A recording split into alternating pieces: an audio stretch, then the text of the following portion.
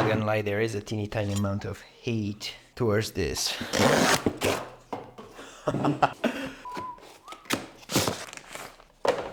Guys, this right here is the DJI NEO, and it's a toy.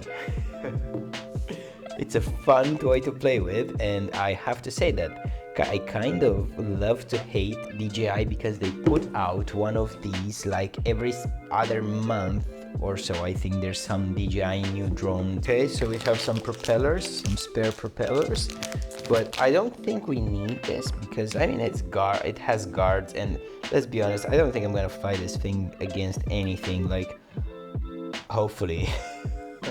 I decided just to buy the base model because I already have a remote. Seems like a fun thing to play with. Okay, so it turns on with a double tap of a button here, and it will tell you how much the battery is charged.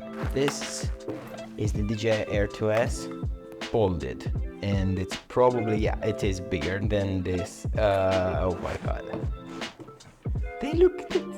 This is like so tiny. You know what? I love the fact that they came up with this kind of idea, because usually they just make bigger drones, better drones. Everything is about being bigger. And this time they came up with a product that's actually accessible to a lot of people. Apparently really easy to use and everything. So I'm really curious about how it flies and what it does and everything like that. And what I'm most curious about is if I can bind this remote from this drone to this one. Is it possible? Because otherwise, do I really have to buy a new remote every time I buy a new drone? Let's try and connect it to the phone first though.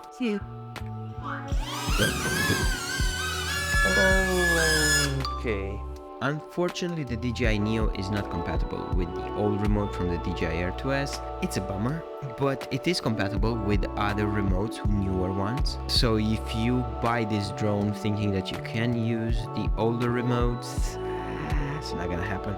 The things that I don't like about this drone is the obstacle avoidance, the fact that it doesn't have the ability to shoot vertical native. I can get by with the vertical avoidance. I will be careful not to crash this into anything. Plus I got the DJI refresh care, so if I crash this, then they will replace it. Given the fact that DJI decided to go for a lower quality of the image, I mean it's a 4K, it's a decent 4K, but looking at the footage straight out of the camera, this drone does not make a good job unless you're using the remote, and then you can lower the sharpness and you can lower the noise reduction and everything, so it will look a little bit better.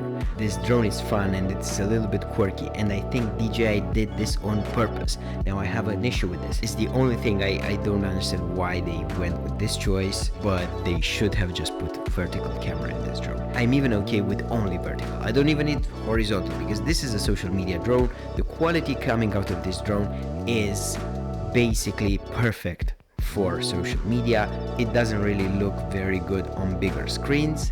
So all I can think about the usage of this drone is on Instagram, TikTok, Shorts, you know, that kind of stuff, and shooting behind the scenes for myself. So I don't see this drone being used for higher end productions, so the horizontal footage coming out of this, I don't know.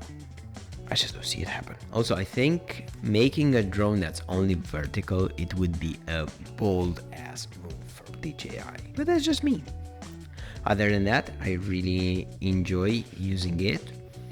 Very light, very compact, it fits in the pocket of my pants, and I can just easily turn it on, turn it off, super duper easy. I'm enjoying the different flight modes that it has. I think it's a good way forward to the drone world, and I'm pretty sure that DJI will definitely come up with the second version of this next year with more quality, obstacle avoidance, and definitely with a camera that will shoot vertical.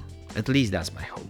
My overall experience with this is that it's fun. I enjoy carrying it with me because it takes a lot less space, and I just go, follow me, do whatever. I think it's for beginners that want to get into the drone world, but they don't have a lot of budget and they want something fun and easy to carry around. Even if you break this drone and you crash it and you don't have the insurance, you don't have DJI Care Refresh, it's $200.